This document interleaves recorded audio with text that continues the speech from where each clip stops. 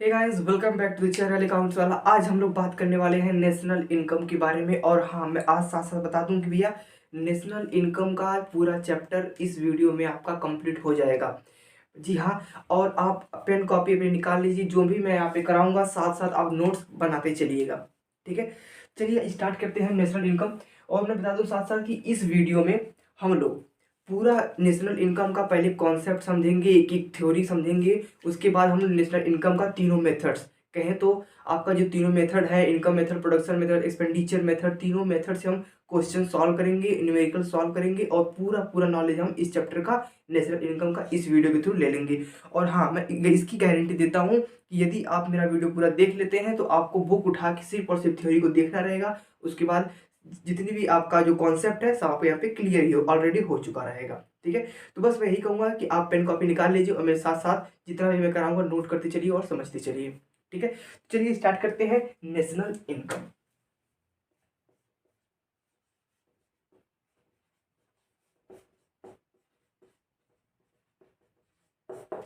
ठीक है, हम लोग आज देखेंगे नेशनल इनकम। सबसे पहले हम स्टार्ट करेंगे, हम लोग एकदम स्टार्टिंग से। ठीक है, हम लोग एकदम स्टार्टिंग से हम लोग स्टार्ट करेंगे, फिर एंड तक चलेंगे। ठीक है, देखिए भैया नेशनल इनकम यहाँ पे मैं बता दूं कि यहाँ पे हमारे जो है फोर सेक्टर इकोनॉमी होती है। फोर सेक्टर इकोनॉमी होती है। देयर आर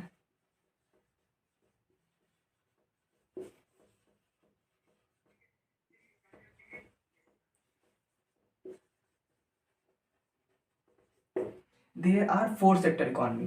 पहली कौन सी भैया? Household sector. Household sector.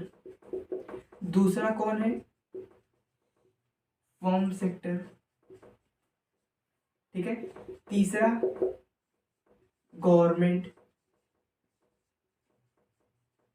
ठीक है, फिर चौथा कौन है? एक्सटर्नल है।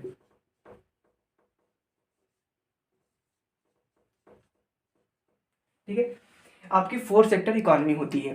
क्लियर? आप साथ साथ नोट करते चलिए। जो हाउस होल्ड सेक्टर होता है ये कंज्यूमर होते हैं। ठीक है, इसमें कंज्यूमर आते हैं। ठीक है, जो फर्म सेक्टर था ये प्रोड्यूसर होते हैं। ठीक है, ये प्रोड्यूसर होते हैं। वहीं जो गवर्नमेंट, इसमें गवर्नमेंट होती है। ठीक है, ये जो होते हैं ये रेस्ट ऑफ द वर्ल्ड। ठीक है, ये रेस्ट ऑफ द वर्ल्ड। अब ये तो आपकी जानकारी के लिए हो गया कि फोर सेक्टर इकोनॉमी होती है। पहला house hold, firm, government, external, four sector economy होती है। लेकिन हम लोग पढ़ते हैं क्या है? हम लोग पढ़ना क्या है? टू सेक्टर इकोनॉमी पढ़ना, जो कि हमारा क्या है? हाउस होल्ड और फर्म सेक्टर पढ़ना। हम क्वेश्चन कैसे पूछेगा कि सर्कुलर फ्लो ऑफ इनकम बताइए दो सेक्टर इकोनॉमी में।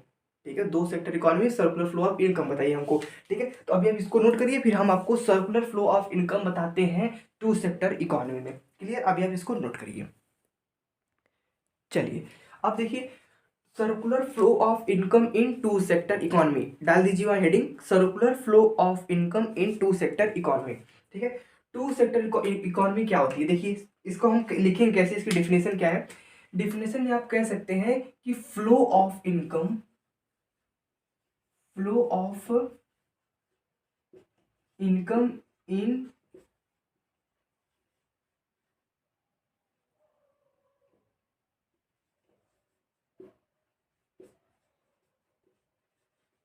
Flow of income in production process. ठीक है, सर्कुलर फ्लो ऑफ इनकम होती है। अब देखिए टू सेक्टर इकोनॉमी होती है। पहला आपका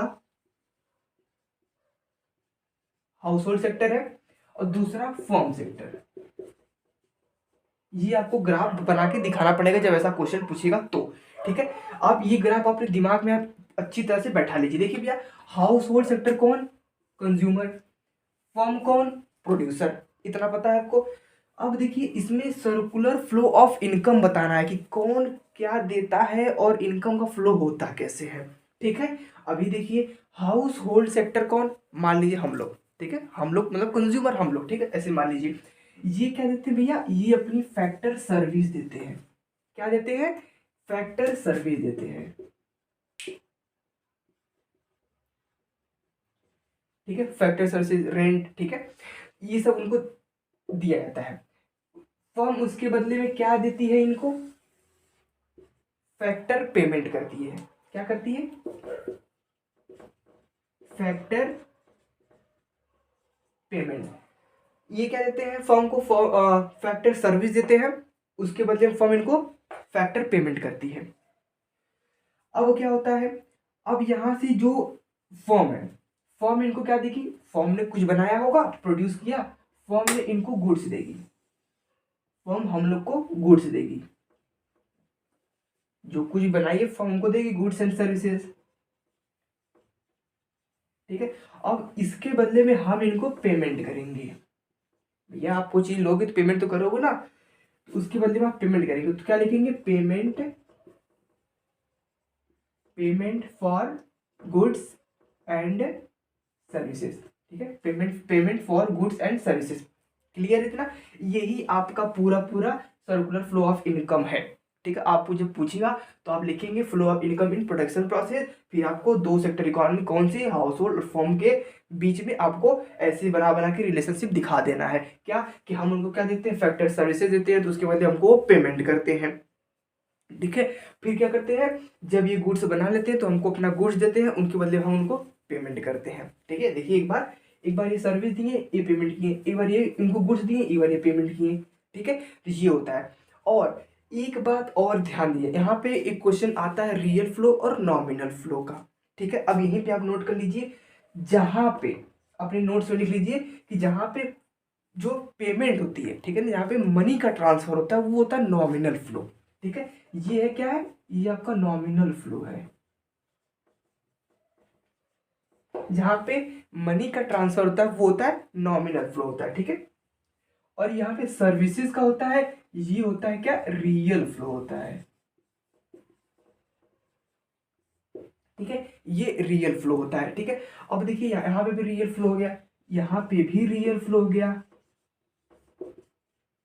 ठीक है। और यहाँ पे क्या हो रहा है, पेमेंट हो रही है, ठीक है ना, पेमेंट यानी कौन सा नॉमिनल फ्लो हो गया,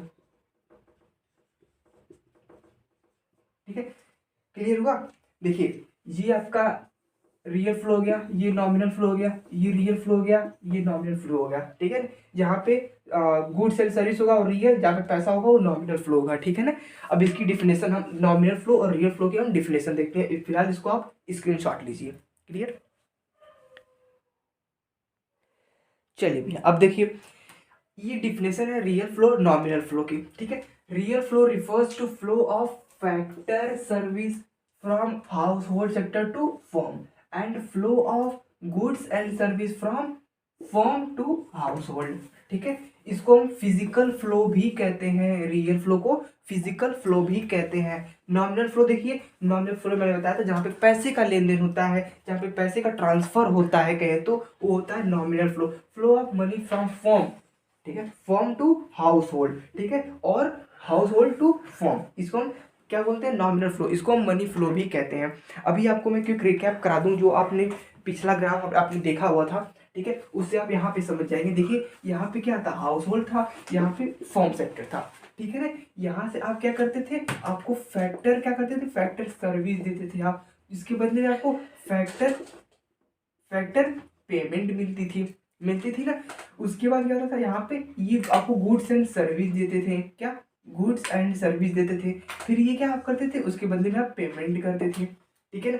अब देखिए रियल फ्लो क्या refers to flow of factor and service from household, factor and service from household to firm and flow of goods and service, flow of goods and service to firm to household, ठीक है। ये वाला part, ये वाला part real flow हो गया। Nominal flow जहाँ पे पैसे का लेन देन होता है, देखिए यहाँ पे क्या है, पैसे का लेन देन का यहाँ से जा रहा हो रहा है और यहाँ से हो रहा है, देखिए flow of money from firm to household, firm to household and household to firm and household to firm and household to firm.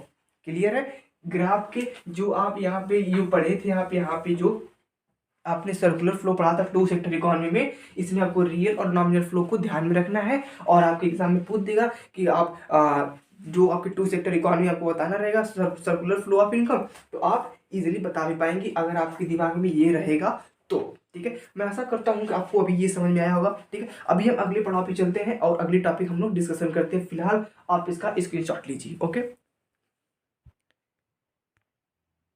चलिए भैया हम लोगों ने मनी फ्लो देख लिया, रियल फ्लो देख लिया, अब हम लोग बात कर रहे हैं स्टॉक और फ्लो की, ठीक है। अब हम बात करेंगे स्टॉक और फ्लो। स्टॉक क्या है और फ्लो क्या है? It refers to that variable which is measured at a point of time. जो एक ऐसा वेरिएबल जो एक पॉइंट ऑफ टाइम पे मेजर किया जाता है वो है स्टॉक। और फ्लो क्या होता है? It refers to that variable which is measured at a particular period of time. देखिए भैया, यहाँ पे पॉइंट ऑफ टाइम, यहाँ पे पीरियड ऑफ टाइम है। यहाँ पे इसका एग्जांपल देखते हैं। देखिए जैसे बैंक डिपॉजिट हुआ, ठीक है, आपके बैंक में कुछ डिपॉजिट्स हैं, ठीक है, आपने कैपिटल लगाया था, ठीक है, तो ये सब क्या है? एक पॉइंट ऑफ टाइम पे मेजर किया जा रहा है, तो ये क्या है? स्टॉक है। अब देखिए फ्लो क्या होता है? जो चेंज होता रहता है, एक पार्टिकुलर पीरियड ऑफ टाइम पे किया जाता है। जैसे कि आपका income particular period of time पे किया गया है, ठीक है, एक्सपेंडिचर कुछ हुआ है, कुछ प्रोडक्शन हुए हैं, कुछ इंटरेस्ट ऑन कैपिटल कुछ मिला है, ठीक है, तो ये क्या है? एक पर्टिकुलर पीरियड ऑफ टाइम पे होता है, एक eight a point of time पे होता है, ठीक है। ये बस दो वर्ड का डिफरेंस है, इसको ध्यान रखिए, आगे पीछे हो सकता है, ठीक है। और इसका एक एग्जांपल जो ये वेल्थ एंड इनकम, ये मोस्ट इंपॉर्टेंट एग्जांपल है जो आपके एमसीक्यू में देता ही है, ठीक है।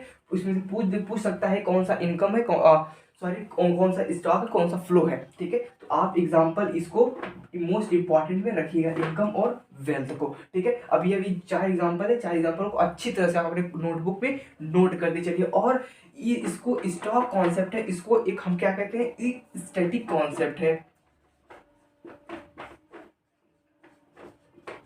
स्टॉक कॉन्सेप्ट कैसा है? एक स्टैटिक कॉन्सेप्ट है। वही फ्लो कॉन्सेप्ट जो है, फ्लो है, ये डायनेमिक है,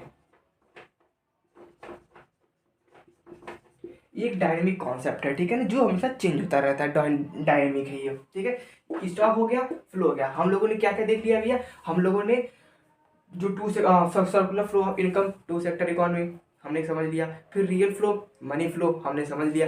हमने क्या देख लिया? स्टॉक और फ्लो हमने ये भी देख लिया।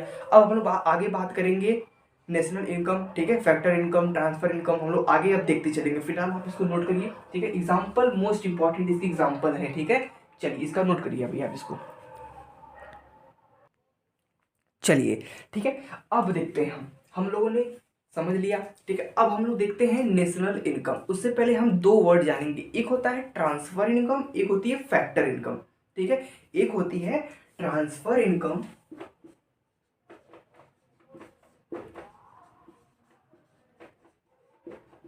एक होती है फैक्टर इनकम, ठीक है। अब देखिए इसको ध्यान समझिएगा, ऐसे नॉर्मल टॉपिक है, ठीक है।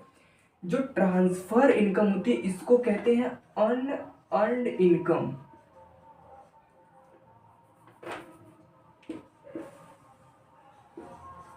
अनअर्न्ड इनकम है, ठीक है। और जो फैक्टर इनकम होती है ये अर्न्ड इनकम होती है,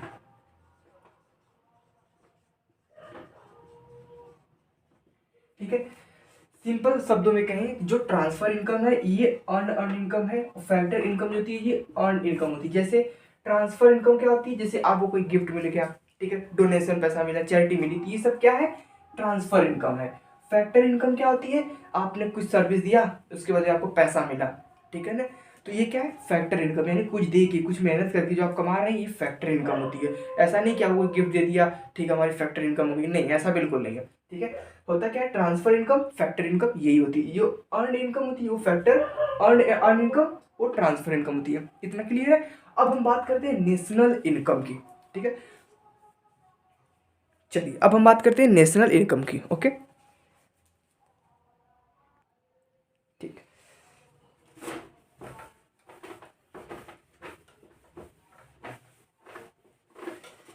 चलिए भैया, नेशनल इनकम, ठीक है, आप नोट करते चलिएगा इसको।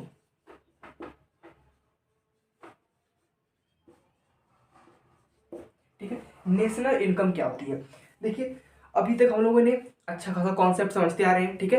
देखिए आप घबराइएगा नहीं, जो जो यहाँ पे टॉपिक होती जा रही हैं, मैं आपको गारंटी देता हूँ जब ये आप वीडियो पूरा कंप्लीट आप देख लेंगे, ठीक है, तब आप अपना बुक का, ठीक है, तीसरा चैप्टर ओपन करिएगा, एक एक पेज पर रखते चलिएगा, जितने भी टॉपिक रहेंगे वो सब टॉपिक इस वीडियो में कवर हुए रहेंगे। हाँ इतना है कि मैं भाई अब पूरी बुक में जितनी लैंग्वेज लिखी है वो तो यहाँ पे लिखाएगा नहीं, ठीक है। ये हो सकता है कि यहाँ पे वो एक्सप्लेन किया जा सके और आप उसको बाद में आप रीड करिए जब अपनी बुक, तो आप समझ सकें, ठीक है। तो यहाँ पे जितनी आपकी बुक की टॉपिक्स रहेंगी वो यहाँ पे आपकी क्लियर हो जाएंगी। जब आप बुक करेंगे, ठीक है, बुक से आप करेंगे अपना, तो आप पेज पलटते जाएंगे, देखते जाएंगे, एक एक चीज़ आपको मिलती जाएंगी, ठीक है ना। तो बस इतना ही कहूँगा कि आप अच्छे से जितना भी यहाँ पे हो रहा है उसको समझते चलिए, ठीक है ना। अब बात आती है नेशनल इनकम की। नेशनल इनकम क्या था? National income it is the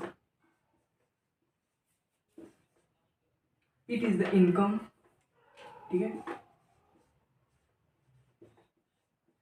earn by the normal residents of a country. National income is the income earned by the normal residents of a country. Normal residence एक आपको word मिला है यहाँ पे, ठीक है।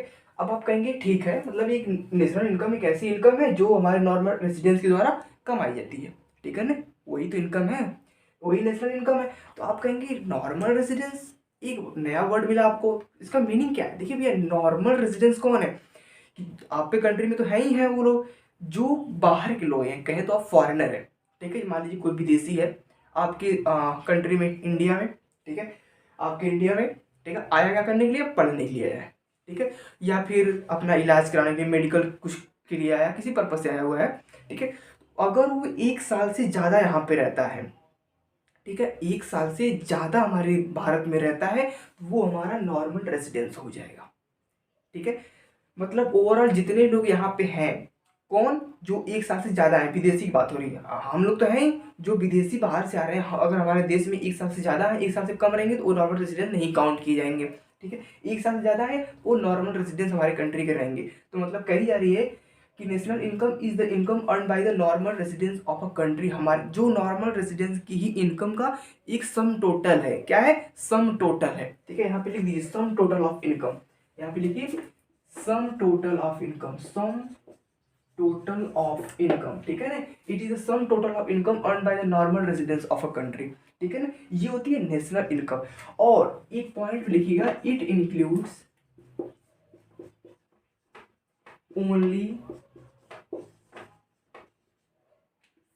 फैक्टर इनकम, ठीक है। जो हमारी नेशनल इनकम है ये सिर्फ और सिर्फ फैक्टर इनकम ही इंक्लूड करती है, ट्रांसफर इनकम नहीं करती है, ट्रांसफर इनकम इंक्लूड नहीं करती है। ये पॉइंट दिमाग में आप रखिएगा, ठीक है। नेशनल इनकम क्लियर हुआ। अब हम बात करते हैं, आपको नॉर्मल रेजिडेंस भी क्लियर है, ठीक है। अब हम बात करते हैं डोमेस्टिक टेरिटरी की, ठीक है। आगे अभी इसका स्क्रीन शॉट करिए। अब हम बात करेंगे डोमेस्टिक टेरिटरी की, ओके, चलिए।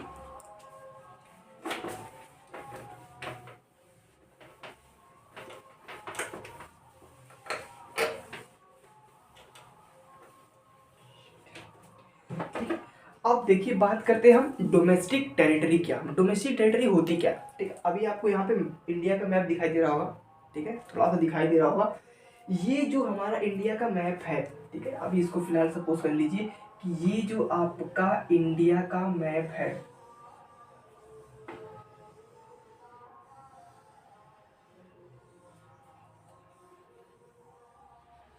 ठीक है, फिलहाल सपोज सपोज कर लीजिए ये जो हमारे अंदर जितना, ये क्या है? हमारी डोमेस्टिक टेरिटरी है, ठीक है। यही हमारी क्या है? डोमेस्टिक टेरिटरी है, ठीक है। समझ इसको, अब भूलेगा नहीं, इतना बड़ा बन गया, आप कहाँ भूलेगा भैया। ये जो हमारा है ये हमारा डोमेस्टिक टेरिटरी है, यही हमारी डोमेस्टिक टेरिटरी है। और जो इनकम इसके अंदर जनरेट की जाएगी, क्या? जो income with in the domestic territory के अंदर, the income which is generated with in the domestic territory, that is called domestic income, ठीक है। लिखिए लिखिए, आप लिखिए income which is generated within the domestic territory of a country, ठीक है, उसको क्या कहेंगे? डोमेस्टिक इनकम कहेंगे। लिख लिया आपने? ठीक है, अभी इसको इरेज करते हैं, फिर आपको हम और अच्छे से बताएं इसको।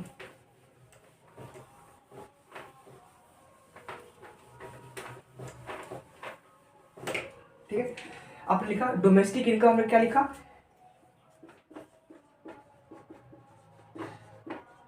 Domestic income. आप लोग लिख लिया, इसकी डिफिनेशन क्लियर आपको है। यही फिर आता है नेशनल इनकम। आपको यहाँ पे दोनों डिफरेंस में दिखा देता हूँ, ठीक है ना, आप कंफ्यूज बाद में मत होइएगा, ठीक है। Domestic income, national income. अब बहुत ध्यान सुनिएगा, जो हमारी डोमेस्टिक इनकम होती है, हमारे डोमेस्टिक टेरिटरी के अंदर जनरेट की हुई इनकम होती है, क्या, डोमेस्टिक इनकम होती है। लेकिन अंतर क्या, देखिए नेशनल इनकम क्या है, नेशनल इनकम भी तो जनरेट की जाती है, लेकिन ये सिर्फ और सिर्फ नॉर्मल रेसिडेंस, नॉर्मल रेसिडेंस के द्वारा क्या की जाती है, जनरेट की जाती है, ठीक है। ये इनकम नॉर्मल रेसिडेंस के द्वारा जनरेट की जाती है, मतलब नेशनल इनकम में सिर्फ और सिर्फ किसकी इंक्लूड होती है, क्या, किसकी इनकम इंक्लूड होती है, सिर्फ नॉर्मल रेसिडेंस की होती है, ठीक है ना। और एक पॉइंट आप लिखिए, no matter where it is, no matter where it is generated. Normal residence के द्वारा इनकम जनरेट की जाती है। नॉर्मल रेसिडेंस, मान लीजिए मैं हूँ, ठीक है, नॉर्मल रेसिडेंस हूँ, मेरे द्वारा इनकम जो हो जनरेट की जाएगी वो नेशनल इनकम में काउंट होगी।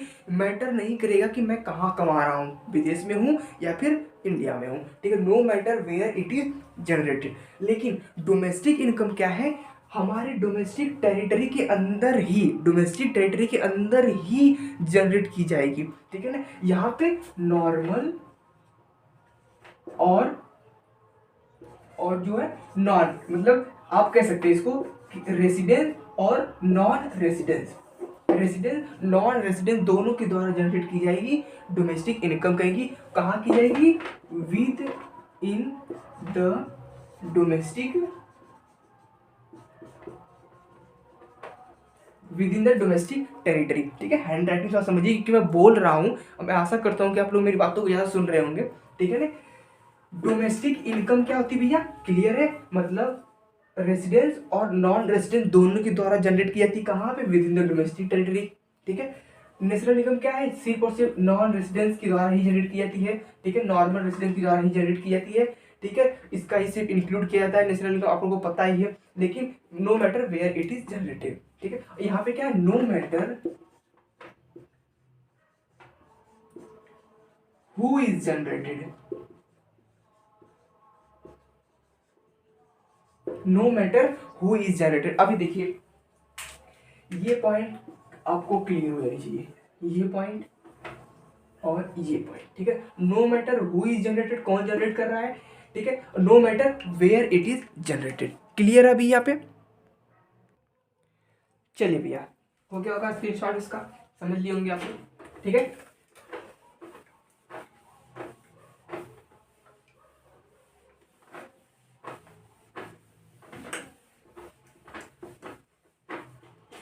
चलिए, ठीक है, अभी तक हम लोगों ने बहुत सारे पॉइंट्स देख लिए, ठीक है। अभी आप घबराइए नहीं, अभी अगर आप अभी तक यूट्यूब हमारे चैनल पे अभी यहाँ तक बने हैं अभी तक आप, तो अभी आप घबराइए नहीं, क्यों, क्योंकि भैया अभी तक आप पीछे जाके देखिए कि आपने कितने पॉइंट्स, कितने टॉपिक आपने क्लियर कर चुके हैं। वही पॉइंट्स, वही टॉपिक आप अपनी बुक से देखिए और समझिए कि क्या जो वहाँ पे बताया गया था सब कुछ मिल रहा है कि नहीं मिल रहा, सब कुछ आपको वहीं पे मिलेगा भैया, ठीक है। यहाँ पे आपका हर एक डाउट क्लियर हो जाएगा, ठीक है। उसके बाद क्वेश्चन हम लोग बनाना सीखेंगे, नेशनल इनकम आपका यहीं पे एक वीडियो में आपका क्लियर रहेगा, ठीक है ना। अब हम बात करते हैं जीडीपी। देखिए बुक की हर एक पॉइंट्स यहाँ पे तो मेंशन किया नहीं जा सकता, बुक की लैंग्वेज को एक्सप्लेन जरूर किया जा सकता है, ठीक है, वही काम हो रहा है, ठीक है ना। अगर मेरा वीडियो पसंद आए तो अपने दोस्तों के यहाँ जरूर शेयर करिए, ठीक है भैया। अब हम बात करेंगे जीडीपी, ओके। देखिए जीडीपी क्या होती है, ग्रॉस डोमेस्टिक प्रोडक्ट, नाम से क्या भैया, ग्रॉस डोमेस्टिक प्रोडक्ट, ठीक है। जीडीपी इसकी डेफिनेशन क्या है, it is the market value of, देखिए लिखने में टाइम लग रहा है, it is the market value of final goods and service, note करिए आप, नोट करिए, it is the market value of final goods and service produce with in the domestic territory of a country. It is the market value of final goods and service produced within the domestic territory of a country is known as GDP, gross domestic product। Clear है GDP, ठीक है। फिर कहा गया, उसमें आपके book में एक पॉइंट्स दिया गया है, ठीक है, कहा गया GDP एंड वेलफेयर,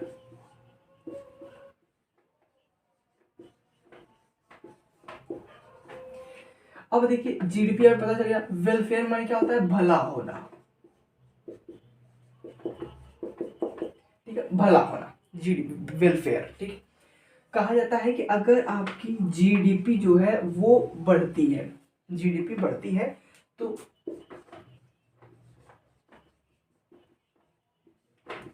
ठीक है।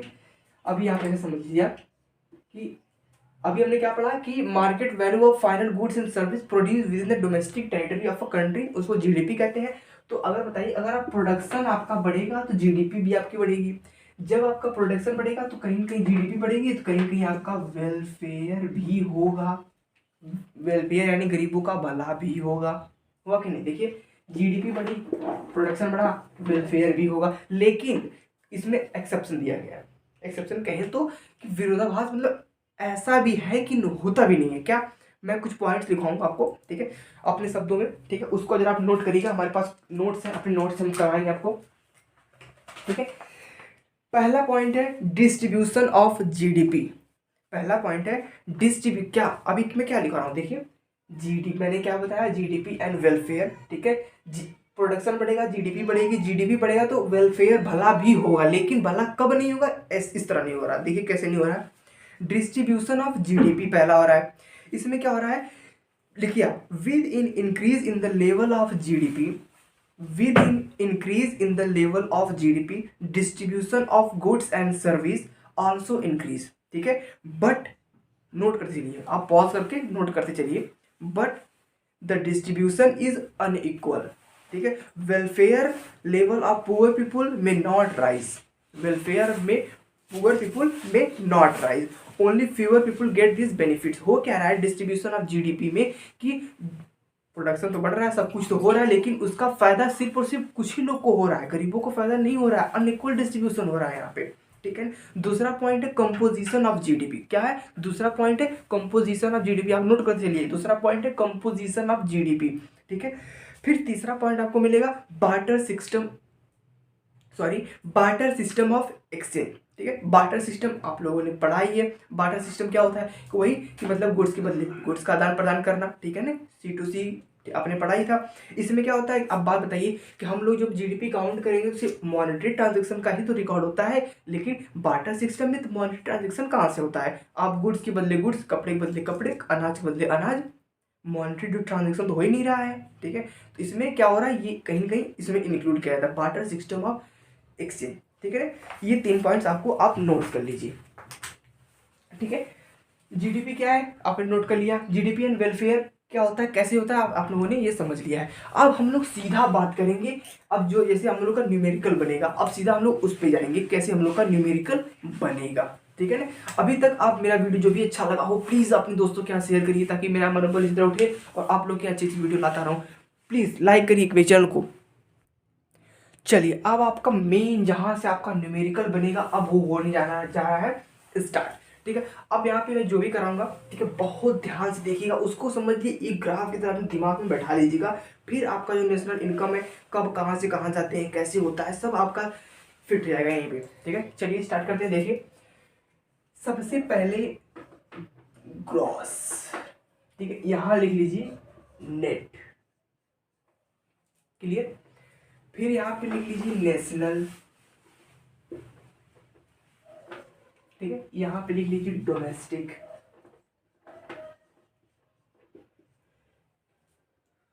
ठीक है। अब यहाँ पे लिख लीजिए मार्केट प्राइस MP, यहाँ पे लिख लीजिए फैक्टर कॉस्ट FC, ठीक है। आपने ऐसे लिख लिया, ठीक। अब देखिए क्या हो रहा है, अब देखिए ग्रॉस से आपको नेट में जाना है, यानी आपको G से N जाना है।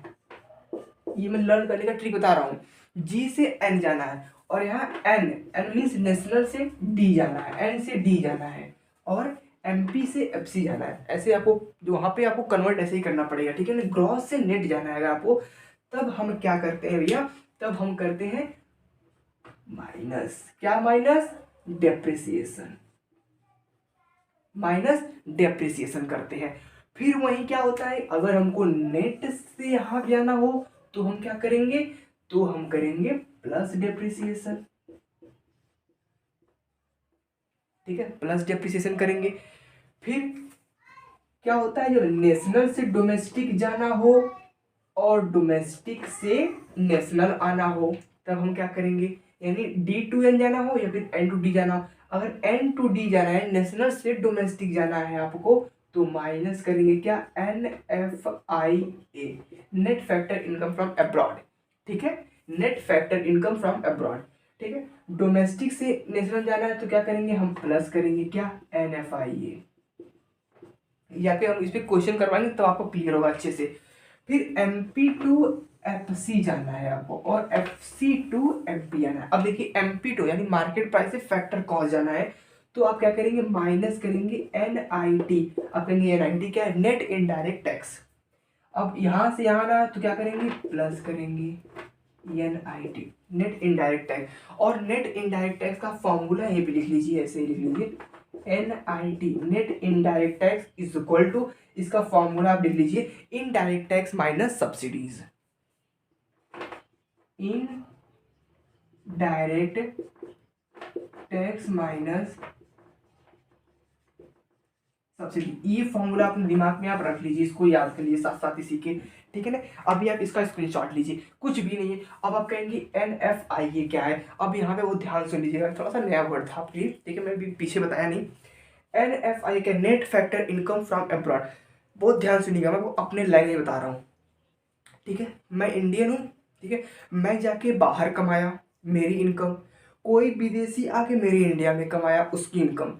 ठीक है, इन दोनों लोग के बीच में डिफरेंट ही क्या होता है, net factor income from abroad होता है। इन दोनों मेरी और उनके बीच की इनकम के बीच का जो डिफरेंस रहेगा यही होता है एन एफ आई ए। मैं जाके बाहर कमाया, उनके घर कमाया, वो जाके मेरे घर पे कमाया भारत में। ठीक है ना, दोनों लोग जो कमाए हम लोग अर्न किए हैं, हम दोनों लोग के बीच की इनकम का डिफरेंस ही क्या है, एन एफ आई ए। ठीक है ना, अभी क्लियर है, ग्रॉस से नेट जाना है, एन से डी जाना है, एम पी से एफ सी जाना है।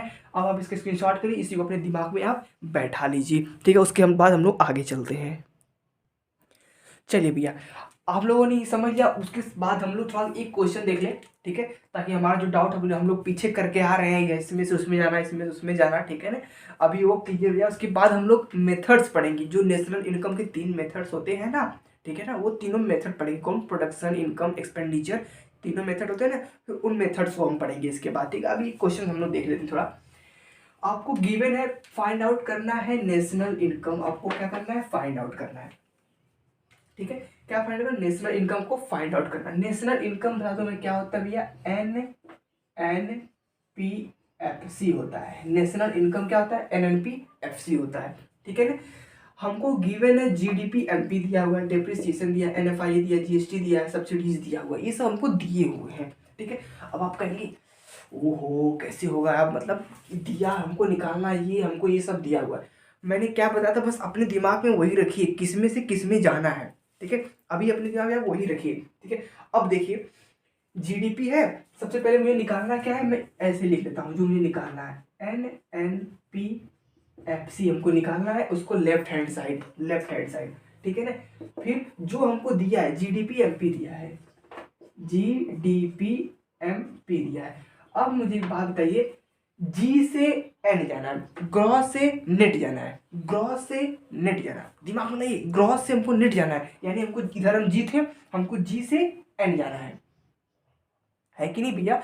अब ग्रॉस से नेट जाना है, अब बताइए उसमें क्या होगा, अब आप फट से बताइए इसमें क्या होगा, माइनस डेप्रीसिएशन होगा, बोलिए हाँ। ठीक है, जी से हम कहाँ गए हैं, जी से हम एन गए हैं, हम क्या करेंगे, माइनस डेप्रीसिएशन। ठीक है, मैंने लिख दिया माइनस डेप्रीसिएशन। अब बताइए ये इनका काम तो हो गया, अब डी दिया है इसमें। आप कहेंगे क्यों हम इसमें कर रहे हैं भैया, हमको निकालना ही यही है ना, तो हमको ये दिया है, हमको जिसकी जैसा बनना हम उसकी जैसा ही तो बनेंगे, किसी और जैसा क्यों बनेंगे, उसी को कॉपी करेंगे हम। हाँ, वैसे कॉपी किसी को नहीं करते, ठीक है ना, लेकिन देखिए हमको ये यहाँ जाना है डी, या अब डी से हमको एन जाना है। अब बताइए डी से एन जाते थे, यानी डोमेस्टिक से नेशनल जाना है, तो क्या करेंगे, प्लस करेंगे क्या, N F I A, N F I A दिया हुआ है आपको। ठीक है, अभी आप ऐसे लीजिए, प्लस करेंगे क्या, एन एफ आई ए आप प्लस करेंगे। ठीक है, पी से में कोई चेंज नहीं होगा। एमपी से एफसी जाना है, अब दिमाग में लाइए, एमपी से एफसी जाने के लिए हम लोग क्या किए थे, माइनस किए थे, क्या माइनस किए थे, एनआईटी, एनआईटी क्या, नेट इनडायरेक्ट टैक्स। ठीक है ना, सब काम हो गया है, सब कुछ हम लोगों ने सब्जी बनाने के लिए डाल दिया है। बस हमको अब फट से क्या करना है, आगे काम करना है। देखिए NNPFC is equal to GDP MP की वैल्यू कितना है, पुट करिए वैल्यू फटाफट 25,000, ठीक है। माइनस डिप्रिसिएशन कितना है 2,000,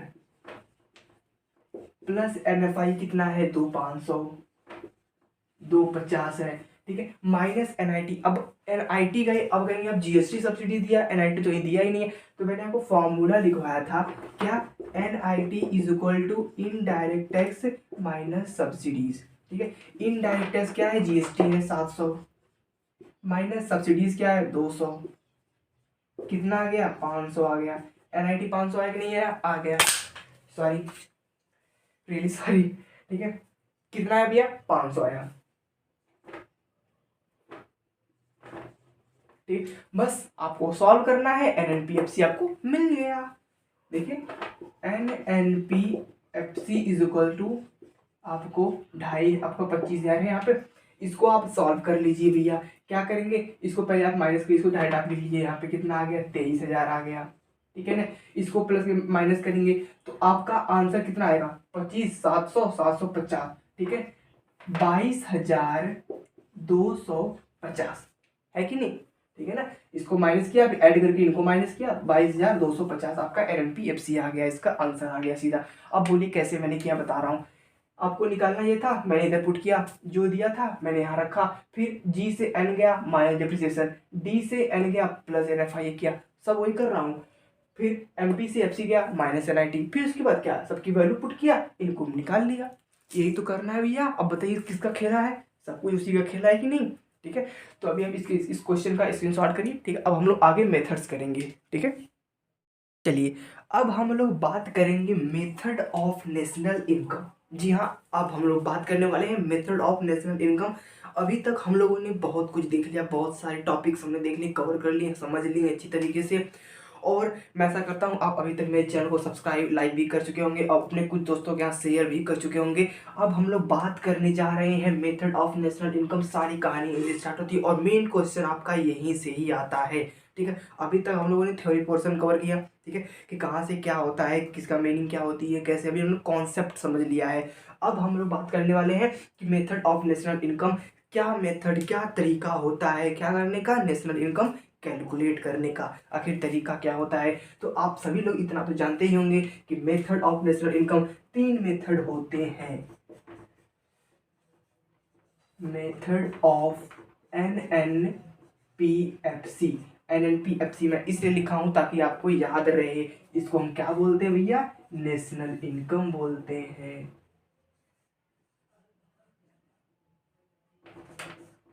ठीक है। इसको हम क्या बोलते हैं, नेशनल इनकम बोलते हैं, NNP।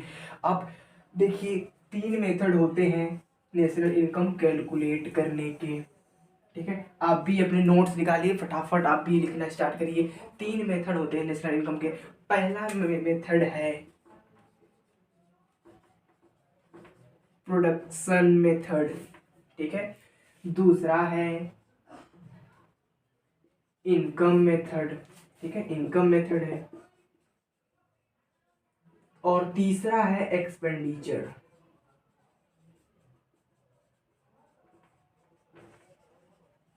तीसरा है एक्सपेंडिचर मेथड। 3 मेथड होते हैं हमको नेशनल इनकम NNPFC कैलकुलेट करने के, 3 मेथड्स होते हैं भैया। अब आप कहेंगे ठीक है, प्रोडक्शन मेथड होता है, इनकम मेथड होता है, एक्सपेंडिचर मेथड होता है। अब देखिए इनसे निकल के क्या आता है, जब आप प्रोडक्शन मेथड का फॉर्मूला लगाएंगे क्या NNPFC कैलकुलेट करने के लिए, तो सबसे पहले निकल के क्या आएगा भैया, हमको वहां पहुंचना है तो हम कुछ पहले बनवाते हैं, ठीक है। पासपोर्ट वीजा हमको विदेश जाना तो पहले हम बनवा लेते हैं कोई थोड़ी सी, ठीक है, तभी हम पहुंच जाएंगे वहां पे। तो सबसे पहले हम बनवाएंगे, निकल के पासपोर्ट हमारा आएगा, तब हम कहेंगे कि वहां पहुंचेंगे। वहां पहुंचने के लिए हम क्या बनवा रहे हैं, पासपोर्ट बनवा रहे हैं। तो इस यहाँ तक विदेश पहुंचने के लिए हमको पासपोर्ट पहले यहाँ पे सब कुछ क्लियर करना होगा। तो पहला मेथड है प्रोडक्शन मेथड से पासपोर्ट बनेगा, पासपोर्ट बन के हम फिर विदेश पहुंच जाएंगे। बोलिए हाँ। प्रोडक्शन मेथड से हमको क्या निकल के आता है भैया, GDP MP निकल के आता है। प्रोडक्शन मेथड का फॉर्मूला लगाएंगे तो आपको GDP MP निकल के आएगा। इनकम मेथड से आपको क्या निकल के आता है भैया, NDPFC निकल के आता है। वही एक्सपेंडिचर मेथड से क्या निकल के आता भैया, GDPMP। ठीक है, इसको आप नोट करिए। फिर देखिए क्लियर हो गया इतना। फिर इसके बाद हम लोग एक एक टॉपिक को उठाएंगे और एक एक मेथड उठाएंगे, उस पर उसको समझेंगे, उसके फॉर्मूलों को देखेंगे। उसके बाद हम लोग उस पर कुछ क्वेश्चन करेंगे। और मैं आपसे एक छोटी सी रिक्वेस्ट करता हूँ, ये तीनों मेथड देखने के बाद आप page number micro economics micro economics के बुक में, ठीक है, टी आर जेन, ठीक है, पब्लिकेशन टी आर जेन, पेज नंबर 441, पेज नंबर 441 पे आप जाइए। वहां से आपको दिया हुआ है, मैं क्यों बोल रहा हूँ, वहां से आप प्रैक्टिस करिए। मैं यहाँ से आपको कॉन्सेप्ट समझाऊंगा प्रोडक्शन मेथड का, ठीक है, इसका फॉर्मूला दूंगा, इसमें एक दो क्वेश्चन कराऊंगा आपको ताकि कॉन्सेप्ट समझ में आ जाए। इसका भी इसी तरह कराऊंगा। फिर आपको मैं भेजूंगा कहाँ पे, पेज नंबर 441 पे। वहां से आप एक तरफ से क्वेश्चन करना स्टार्ट करिए, पूरी क्वेश्चन खत्म करिए और अभी से आप अपने मार्क पक्के कर लीजिए। ठीक है, चलिए आप इसका स्क्रीनशॉट ले लीजिए। हम लोग अब बात करेंगे प्रोडक्शन मेथड पे। ठीक है, चलिए भैया, ठीक है, अब इसको इरेज करते हैं।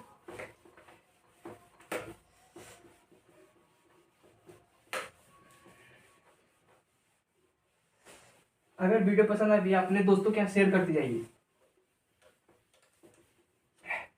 अब हम लोग एक एक मेथड के बारे में बात करेंगे। ठीक है, एक एक मेथड को अच्छी तरह से हम लोग देखेंगे और उस पर अच्छे से चर्चा करेंगे। ठीक है, चलिए स्टार्ट करते हैं। पहला मेथड प्रोडक्शन मेथड है। ठीक है,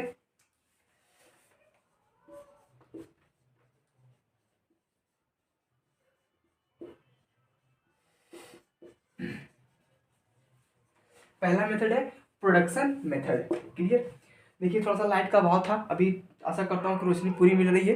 ठीक है, प्रोडक्शन मेथड है, इस पे हम लोग जानेंगे अच्छी तरह से। हम लोग इससे क्या मिलता है, आप बताएंगे क्या मिलता है, GDPMP, ठीक है, या आप कहेंगे GVAMP। ठीक है, दो चीज होती है। अब इसका फॉर्मूला आप नोट करिए। ठीक है, फॉर्मूला नोट करिए आप। फॉर्मूला से क्या होता है, सेल्स प्लस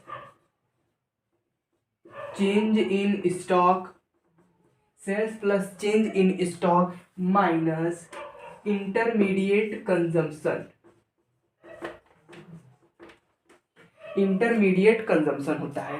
ठीक है, अब सेल्स में क्या होगा, डोमेस्टिक सेल्स भी हो सकता है, डोमेस्टिक सेल्स इंक्लूड होगा। ठीक है, एक्सपोर्ट है, ठीक है, एक्सपोर्ट, ठीक है, एक्सपोर्ट कर रहे हैं। चेंज इन स्टॉक क्या होता है, चेंज इन स्टॉक क्या होता है, closing stock minus opening stock. ठीक है ना, पता है ना कि 31 मार्च, ठीक है, जो हमारा क्लोजिंग स्टॉक था 1 अप्रैल को, हमारा वही हमारा ओपनिंग स्टॉक होता है, तो माइनस करना। तो आप अच्छी तरह से आप पहले से पढ़े हैं, opening stock minus closing stock. ठीक है, फिर closing stock minus opening stock. ठीक है, अब हम बात करेंगे इंटरमीडिएट कंजम्पशन क्या होता है, परचेज ऑफ रॉ मटेरियल। ठीक है ना, परचेज ऑफ रॉ, देखिए आप घबराइए नहीं, अभी आप घबराइए नहीं, बस आप सिंपली नोट करते चलिए। मैं गारंटी देता हूँ आपको क्वेश्चन कराऊंगा, आप जब ये क्वेश्चन बनाएंगे हर एक क्वेश्चन आप इजीली कर पाएंगे वहां पे। ठीक है, अभी आप इसको नोट करिए। ठीक है, ये नोट हो गया। अब नोट डाल के एक चीज देखिए, नोट डाल के अपने कॉपी पे सब ऐसे ही नोट करते चलिए, समझते चलिए फॉर्मूला। ठीक है, GVAMP GDPMP है, इसका फॉर्मूला है, GVAMP का फॉर्मूला है, ये फॉर्मूला है, क्या फॉर्मूला है। ठीक है, नोट डाल के लिखिए। पहला पॉइंट है value of output is equal to sales plus change in, ये पहला पॉइंट लिख लीजिए। Value of output is equal to क्या होता है, sales plus change in stock होता है। अगर कहीं पे वैल्यू ऑफ आउटपुट दिया है यानी आपका इतना दे दिया है। ठीक है ना, चलिए अब दूसरा देखिए, अगर यहाँ पे इलेक्ट्रिक चार्जेस है, इलेक्ट्रिसिटी चार्जेस कहाँ पे इंक्लूड होगा भैया, इंक्लूड इन इंटरमीडिएट कंजम्पशन। ठीक है, उसमें इंक्लूड करेंगे आप। ठीक है ना, फिर है परचेज ऑफ मशीनरी,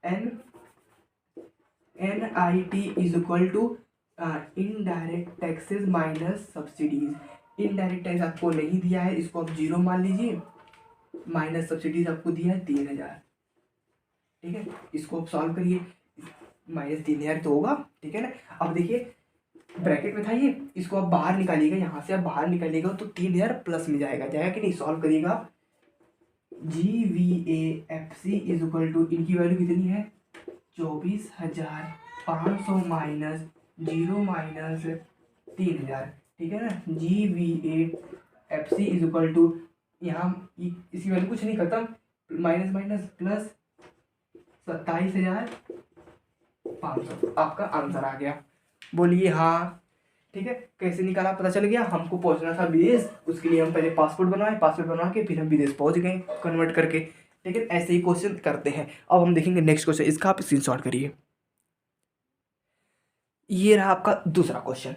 इसमें क्या करना है, फाइंड सेल्स करना है। अब हमको क्या निकालना है, सेल्स निकालना। अब आप कहेंगे ना ही GVMP निकालना है, ना ही GDPMP निकालना है, ना ही NVCFC निकालना है, लेकिन निकालना फिर क्या है, कैसे निकलेगा सेल्स।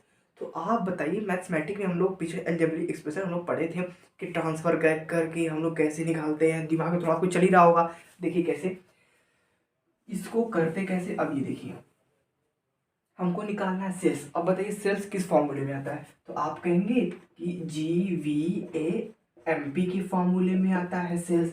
यहाँ पे क्या आता है, सेल्स प्लस चेंज, इसको पूरा लिख देते हैं, change in stock minus intermediate consumption. ठीक है, ऐसी आप पूरा लिखिएगा। ठीक है, अब यहाँ पे हमको सेल्स निकालना है। ये हमको दिया हुआ है ओपनिंग क्लोजिंग, आपको डिफरेंस पता है ना कैसे निकलता है, opening stock minus closing stock minus opening stock. ठीक है, चेंजिंग स्टॉक आप निकाल लेंगे, इंटरमीडिएट कॉस्ट आपको 3000 रुपये दिया हुआ है, यानी ये हमको दिया हुआ है, ये हमको दिया हुआ है। अगर हम बताइए हमको ये निकालना, अगर हम इनको निकाल लें तो हम ये निकाल लेंगे, भैया 2 दिया हुआ, ये भी दिया है, हम ट्रांसफर करके इनको निकाल लेंगे। ठीक है, लेकिन उस सबसे पहले तब इनको निकालना पड़ेगा। चलिए इनको निकालते हैं। अब कहेंगे ये कैसे निकलेंगे, तो देखिए ये इनको निकालने के लिए, इनकी वैल्यू, खुद की वैल्यू निकालने के लिए आपको देखिए दिया है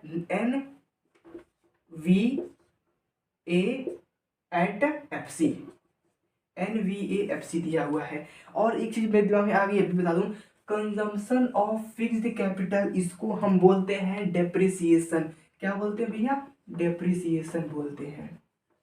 ठीक है, इसका नाम है डेप्रिसिएशन। और डेप्रिसिएशन दूसरा नाम क्या है, एसेट रिप्लेसमेंट कॉस्ट। लिख लीजिए, पहला नाम है कंजम्पशन ऑफ फिक्स्ड कैपिटल, लिखिए कंजम्पशन ऑफ फिक्स्ड कैपिटल, और दूसरा नाम क्या है, एसेट रिप्लेसमेंट कॉस्ट। 2 नाम है डेप्रिसिएशन के, अगर आएगा आपके क्वेश्चन में तो आप घबराइएगा नहीं। ठीक है, NVAFC दिया है, NVAFC आपको दिया है, लेकिन हमको निकालना GVAMP है, तो उसको हम लेफ्ट हैंड साइड लिखते हैं। ठीक है,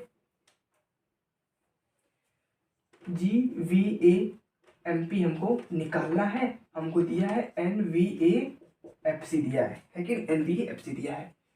अब बताइए हमको N से G में जाना है, हमको नेट से ग्रॉस में जाना है, नेट से ग्रॉस में जाना है, तो हम क्या करेंगे, प्लस करेंगे। क्या प्लस करेंगे, डेप्रिसिएशन प्लस करेंगे।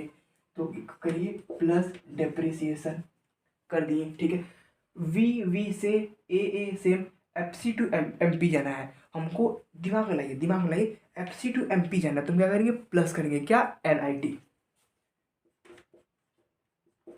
ठीक है, आप फटाफट कर दीजिए इसको। GVAMP is equal to NVAFC की वैल्यू आपको दिया हुआ है 2000, प्लस डेप्रिसिएशन यानी ये दिया हुआ है आपको 700, प्लस NIT मतलब क्या, NIT मतलब क्या, अब बोली फट से, इनडायरेक्ट टैक्स माइनस सब्सिडीज। ठीक है, GVAMP is equal to 2000 plus 700 plus indirect tax आपको दिया कहीं पे, इनडायरेक्ट टैक्स नहीं दिया है, इनडायरेक्ट टैक्स आपको नहीं दिया है। ठीक है, इसको आप 0 मान लीजिए। सब्सिडीज दिया है, सब्सिडी सबसे ऊपर दिया है 200। ठीक है, GVAMP is equal to 200 plus 700 plus minus minus 200, तो GVAMP is equal to 2700 minus 200 कितना, 2500। आपका GVA MP निकल के ये आ गया। अब देखिए भैया हमको ये मिल गए, हमको अभी सब निकाल लेंगे, सेल्स निकाल लेंगे। देखिए कैसे, अब इनकी वैल्यू जो है इनकी वैल्यू पुट कर दीजिए। देखिए कैसे, फिर से लिख रहे हैं इसको। देखिए GVA MP is equal to sales plus change in stock minus intermediate consumption. इनकी वैल्यू पुट करिए 2500 माइनस सेल्स को इज इक्वल टू, ठीक है, इज इक्वल टू सेल्स को एक्स मान लें, ठीक है, या फिर सेल्स ही रहने दें।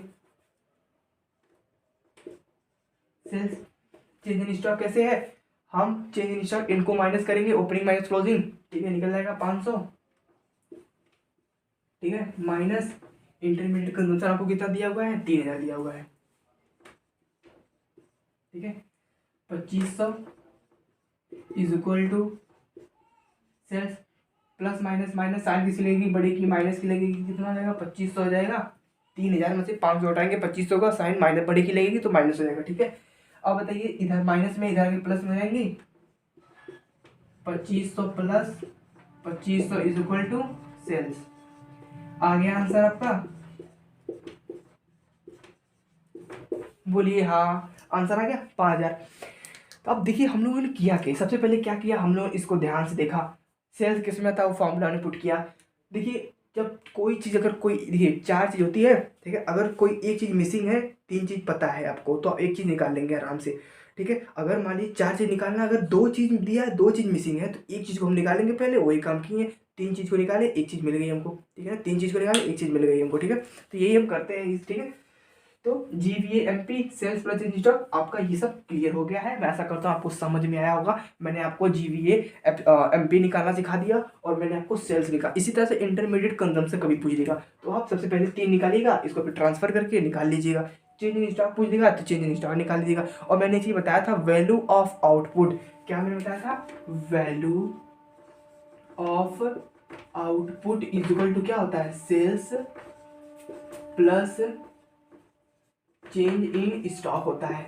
इसको दिमाग में रखिएगा, कहीं वैल्यू ऑफ आउटपुट दे दे तो यानी ये दोनों दे दिया गया है हमको, ठीक है ना, दिमाग में इसको रखिएगा, ठीक है। अब आप जाके क्वेश्चन बनाइए, 2 क्वेश्चन मैं करवा दिया और मैंने बता भी दिया कि ऐसे सीधा क्या पूछता है, GVA या फिर GVA MP पूछ देगा आपसे, या फिर पूछेगा सेल्स बताइए, या फिर चेंज इन स्टॉक निकालिए, या फिर इंटरमीडिएट कंजम्पशन निकालिए। तो आप ट्रांसफर करके निकाल लेंगे, जैसे मैंने बताया 2 क्वेश्चन बताया। आशा करता हूँ आपको समझ भी आ गया होगा, ठीक है ना। अब हम आगे नेक्स्ट देखेंगे, ओके। चलिए भैया, अब देखिए, अब हम इसमें बात करेंगे इनकम मेथड की। सीधा सीधा अब हम बात करेंगे इनकम मेथड की। हम लोगों ने प्रोडक्शन मेथड हम लोगों ने कंप्लीट कर लिया, ठीक है। अब हम बात करने वाले हैं सीधा इनकम मेथड की, ठीक है। 2 क्वेश्चन मैंने कराया, आप जाके मैंने पेज नंबर बता दिया था 441 आपकी बुक का, जहाँ से आपको प्रैक्टिकल क्वेश्चन दिए हुए हैं, अच्छे question with answer with solution दिए हुए हैं। वहाँ जाके आप चेक करिएगा, पहले हाइड करके सॉल्व करिएगा, आंसर सही आएगा, ठीक है आपका। चलिए, और मैं चैप्टर खत्म होने के बाद मैं प्रैक्टिस पेपर भी कराऊंगा आपका, ठीक है। चलिए अभी हम देखते हैं इनकम मेथड। इनकम मेथड है, ठीक, इससे आप क्या निकल के आता है, आप बताइए, फट से बताइए, इससे क्या निकल के आता है। तो आप बोलेंगे NDPFC निकल के आता है, बोलिए हाँ, ठीक है। Compensation of employees, compensation of employees 3 formula है इसमें यूज होता है। आप कहेंगे कैसे, तो आज जैसे आपको सीरियल वाइज जैसे 1 2 3 4 5 6 आपको क्वेश्चन में दिया रहता है ना, ये इतना ये इतना ये इतना, उसी में आपको कंपनसेशन ऑफ एम्प्लॉयज दिया रहेगा, रेंट रॉयल्टी इंटरेस्ट प्रॉफिट दिया रहेगा, ठीक है ना, fix income of self employed दिया रहेगा। तो ये सब चीज़ें आपको उसमें दी रहेंगी, तो आपको पता चल जाएगा, अरे हाँ ये तो किस फॉर्मूले में था, ये तो इनकम मेथड में था, तो हमको इनकम मेथड का ही फॉर्मूला लगाना है। तो इनकम मेथड का फॉर्मूला लगाना, तो इनकम मेथड से क्या निकल के आता, तो आप बोलेंगे NDPFC निकल के आता है। यानी जब आप ये सब निकालेंगे ऐड करके, तो आपको क्या मिलेगा, पासपोर्ट मिलेगा। बोलिए पासपोर्ट मतलब क्या, NDPFC। तो हम यहाँ से विदेश जाएंगे, विदेश मतलब जो हमको निकालना रहेगा वहाँ विदेश होता है हमारा, ठीक है ना। अभी समझने के लिए मान लीजिए कि जो हमको पहुँचना है वो विदेश है, बाकी उसको पासपोर्ट बनवाने के लिए हमको ये सब करना पड़ेगा, तो ठीक है ना। जैसे हम लोग पिछले क्वेश्चन में करते हैं वैसे हम करते चलेंगे। कंपनसेशन ऑफ एम्प्लॉय, ठीक है, अगर ये नहीं दिया रहता है तो 2 चीज़ आप ध्यान रखिएगा, 2 चीज़ आप ध्यान में रखिएगा। जब ये नहीं दिया रहता है तो, जब नहीं दिया रहता है तो क्या, wages, salary in cash and kind, cash और काइंड में आई हो क्या, वेजेस एंड सैलरी दी हो, employer contribution towards employer contribution towards society, ठीक है, टूवर्ड्स सोसाइटी, ठीक है। आपको ये पता होगा रेंट रॉयल्टी इंटरेस्ट, इसको हम बोलते हैं ऑपरेटिंग, ठीक है, इसको हम बोलते हैं ऑपरेटिंग सरप्लस। आपको क्वेश्चन में कभी कभी ऐसे देता है, क्या देता है कि operating surplus is equal to, फिर क्वेश्चन मार्क देगा, ऐसे दे देगा फिल करने के लिए। तो आपको लिखना पड़ेगा इसी जगह क्या, rent plus royalty plus interest, ठीक है ना, ये आपको लिखना पड़ेगा। क्लियर। चलिए अब देखिए फिक्स्ड इनकम सेल्फ एम्प्लॉयड, देखिए एक चीज छूट गई यहाँ पे, प्रॉफिट। अगर ध्यान रखिएगा, अगर प्रॉफिट कहीं पे नहीं दिया है, मैंने क्या बताया कि अगर कंपनसेशन ऑफ एम्प्लॉयज नहीं दिया है, उसकी जगह पे ये दोनों चीज है, समझ लीजिए कंपनसेशन ऑफ एम्प्लॉयज मिल गया आपको। अगर कंपनसेशन ऑफ एम्प्लॉयज दिया है, अगर ये भी सब दिए तो इसको आप इग्नोर कर देंगे, क्योंकि कंपनसेशन ऑफ एम्प्लॉयज आपको दे चुका है ऑलरेडी, ठीक है। इसी तरह से प्रॉफिट, अगर प्रॉफिट आपको नहीं दिया है, प्रॉफिट की जगह क्या दे सकता है आपको, नोट करिएगा कि अगर प्रॉफिट नहीं दिया है, प्रॉफिट जगह क्या आपको दे सकता है। पहला है रिटेन्ड अर्निंग, ठीक है। फिर दूसरा आपको क्या देगा, डिविडेंड। तीसरा कॉर्पोरेट टैक्स। ये किसकी जगह देगा, ये प्रॉफिट की जगह। प्रॉफिट नहीं दिया, अगर ये तीनों चीज दिया इसको ऐड कर दीजिएगा, प्रॉफिट निकल के आ जाएगा।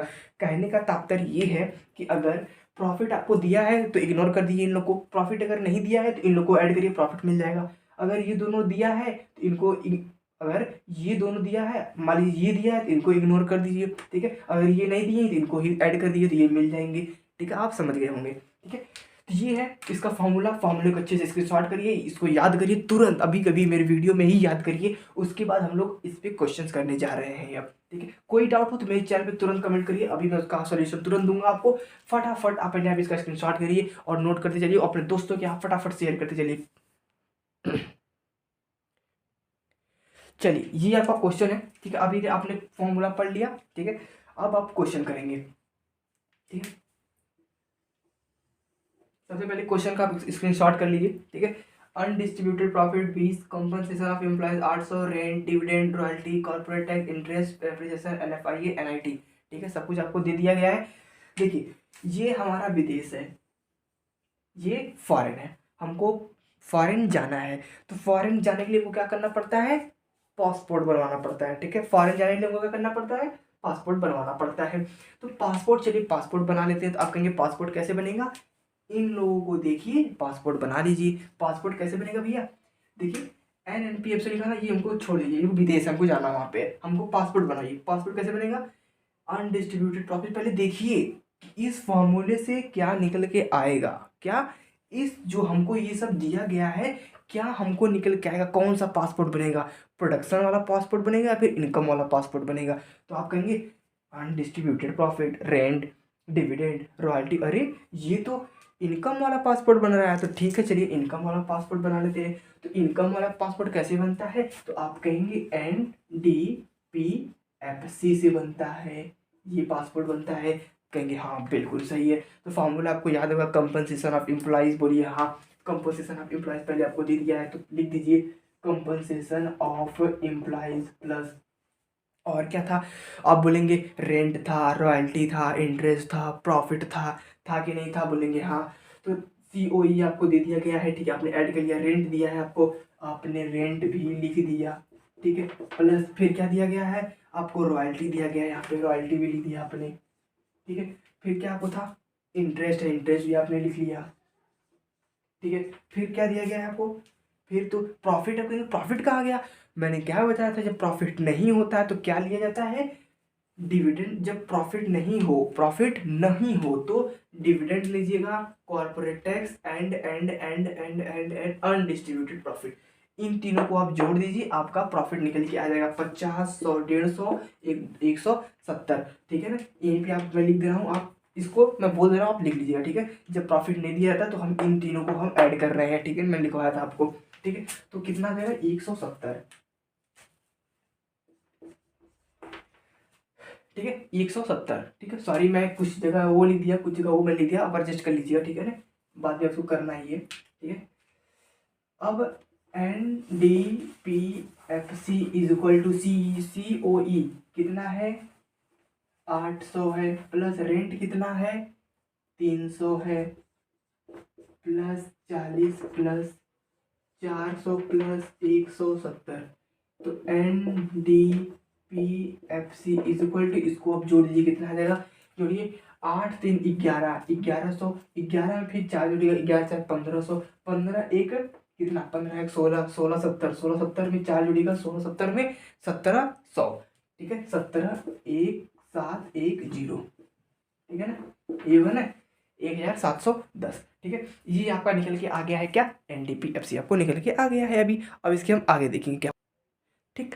अब देखिए, अब देखिए क्या होगा, ये आपका मिल गया क्या, पासपोर्ट मिल गया, ठीक है। मैं आप नहीं, लेकिन मैं तो समझाने के लिए बता रहा हूँ भैया, पासपोर्ट आपका बन गया, ठीक है, ये आपका पासपोर्ट बन गया। अब चलना हमको कहाँ, विदेश चलना है, चलिए चलते हैं, विदेश चलना है यानी यहाँ चलना है, तो यहाँ चलना है तो मैंने NNPMP,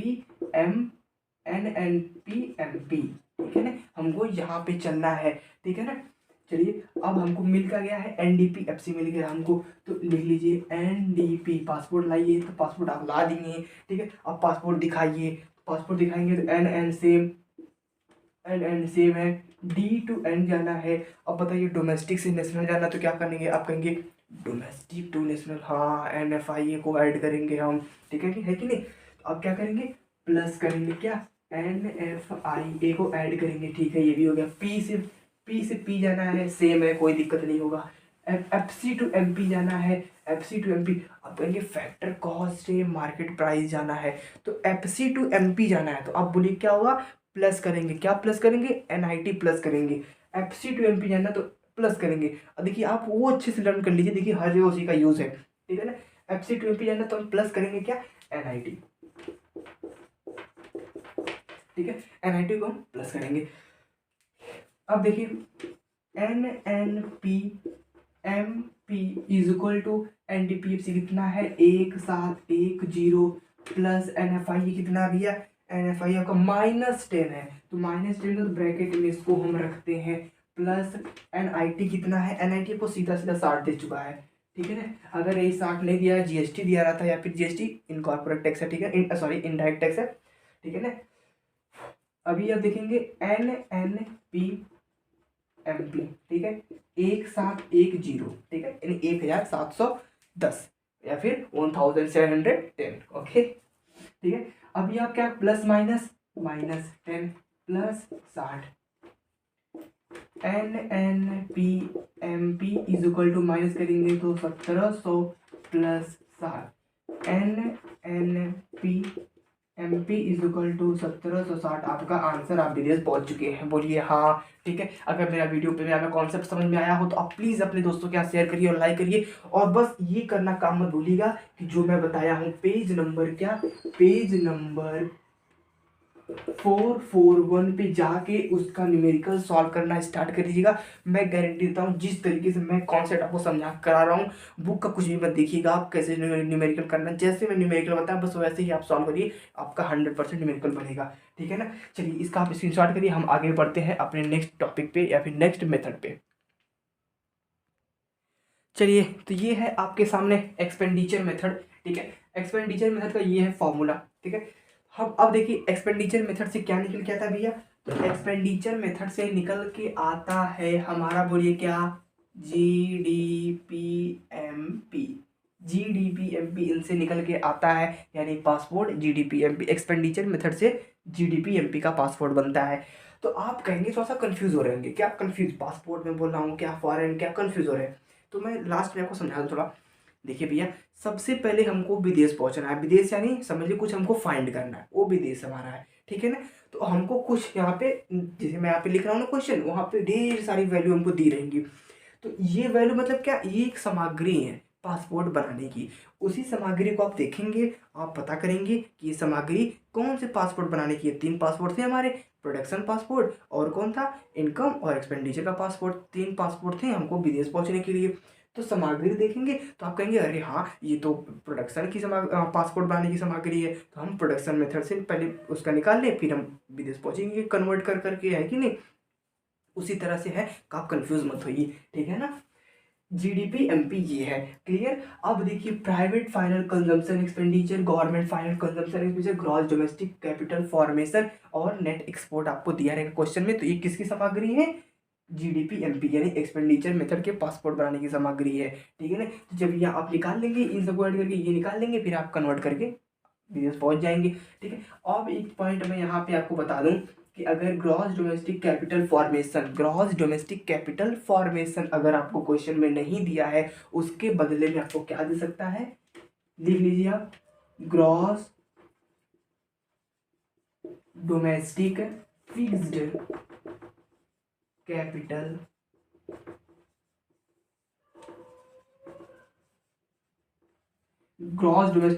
कैपिटल फॉर्मेशन देगा। उसमें आप क्या ऐड कर देंगे, उसमें आप ऐड करेंगे चेंज इन स्टॉक,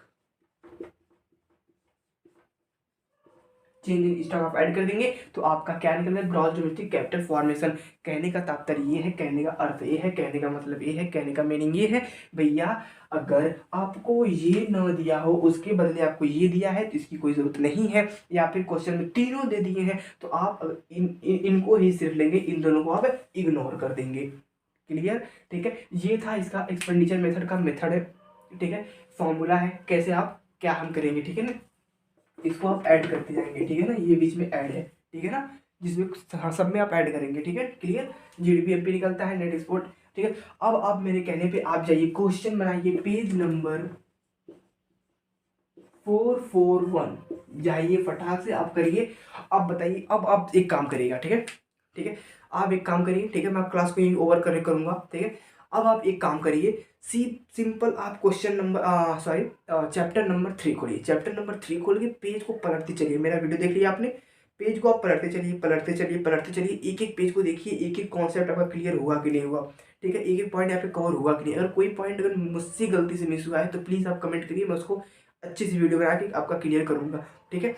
और एक ही वीडियो को पहले जो मेरे वीडियो कॉन्सेप्ट समझिए, समझ लिए हैं आपने, आपने मेरे नोट्स भी, आशा करता हूँ आप नोट्स भी बना लिए होंगे, नोट्स बना लिए आपने, इसको साइड रख दीजिए, फिर आप बुक से बुक की लैंग्वेज थोड़ा बार रीड कर लीजिए, ठीक है। आपका थ्योरी क्लियर, आपका फॉर्मूला क्लियर, कैसे कन्वर्ट करते हैं वो भी क्लियर, और जिसमें जो क्वेश्चन आएगा आपका 4 या फिर 5 नंबर का भी 6 नंबर क्वेश्चन आता है, ठीक है, 6 नंबर जो क्वेश्चन आएगा वो भी आप तैयार रहें उसके करने के लिए, ठीक है ना। बस आप, मैं यही आपसे रिक्वेस्ट करूँगा, कम से कम मिनिमम हर मेथड पे कम से कम 10-10 क्वेश्चन आप सॉल्व कर लीजिए, 30 क्वेश्चन आप सॉल्व कर लीजिए, ठीक है ना। इतना ही आपको नेशनल इनकम में इतना ही आपको करना, कुछ ज़्यादा नहीं करना। इसके बाद हम लोग नेक्स्ट चैप्टर, अगली वीडियो हम लोग बैंकिंग और साथ साथ मनी और बैंकिंग का कंप्लीट वीडियो लाएंगे, ठीक है ना। तो ये जो हमारे 4-5-6 चैप्टर है ये हमारे साथ साथ क्लियर हो जाएंगे, ठीक है ना, और आपका अच्छा मार्क भी तैयार हो जाएगा, ठीक है। और मैं आपको बता दूं, अगर आपके कोई दोस्त हो उनको रीजनिंग, जो कि आपकी नए नए कंपटीशन चल रहे हैं, ठीक है, वहाँ पे रीजनिंग की बहुत सी ज़रूरत है, अगर उनको नई नई ट्रिक चाहिए, कुछ चाहिए, तो आप प्लीज़ कमेंट करिए, मैं आपको नए नए ट्रिक भी आपको बताऊंगा, और आपकी जितने भी कॉम्पिटिटिव एग्जाम है उसमें आपको अच्छी मदद मिलेगी, ठीक है। तो आशा करता हूँ आपको वीडियो पसंद आया होगा, अपने दोस्तों के लाइक करिए, मेरे चैनल को सब्सक्राइब करिए, ठीक है। चलिए मिलते हैं अगले वीडियो में, जय हिंद।